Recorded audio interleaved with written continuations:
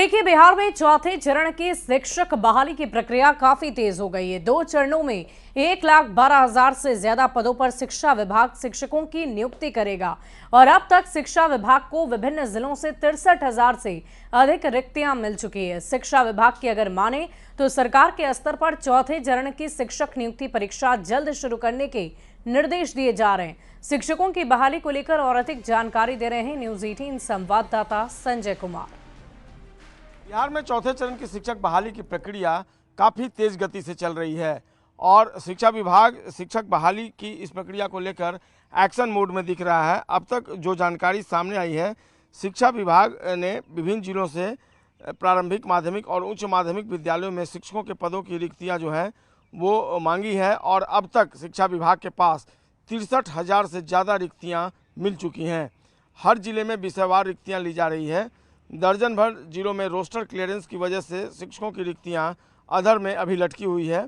शिक्षा विभाग का अनुमान है कि सभी जिलों में प्राथमिक से लेकर उच्च माध्यमिक शिक्षकों के 1,12,000 से अधिक पदों की रिक्तियां मिलने की संभावना है। शिक्षा विभाग की माने तो सरकार के स्तर पर चौथे चरण यानी TRE-4 की शिक्षक नियुक्ति जल्द आरंभ करने का निर्देश दिया गया है। इसलिए सभी जिलों से रोस्टर क्लियरेंस के बाद प्राप्त रिक्तियों के आधार पर नियुक्ति प्रक्रिया शुरू कर दी जाएगी। सबसे पहले TRE-4 के बाद माध्यमिक शिक्षक पात्रता परीक्षा आयोजित होगी।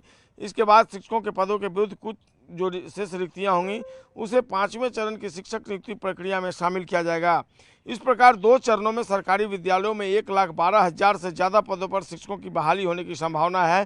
पहली बार शिक्षकों की नियुक्ति में डोमिसाइल नीति के तहत बिहार के अभ्यर्थियों को प्राथमिकता दी जानी है।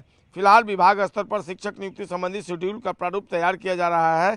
इससे संबंधित संशोधित नियमावली के गजट के साथ ही शिक्षकों की नियुक्ति में बिहारियों का कानून लागू हो गया है।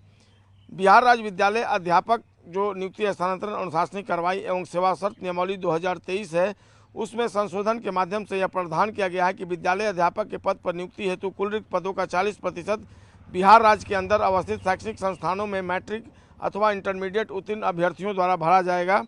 इसके बाद 40% रिक्तियों के विरुद्ध तदनुसार योग्य अभ्यर्थी उपलब्ध अगर नहीं होने पर उनकी जो शेष 60% रिक्तियाँ होंगी उनके लिए अर्हता प्राप्त कोटि के योग्य उम्मीदवारों से खाली सीटों को भरा जाएगा।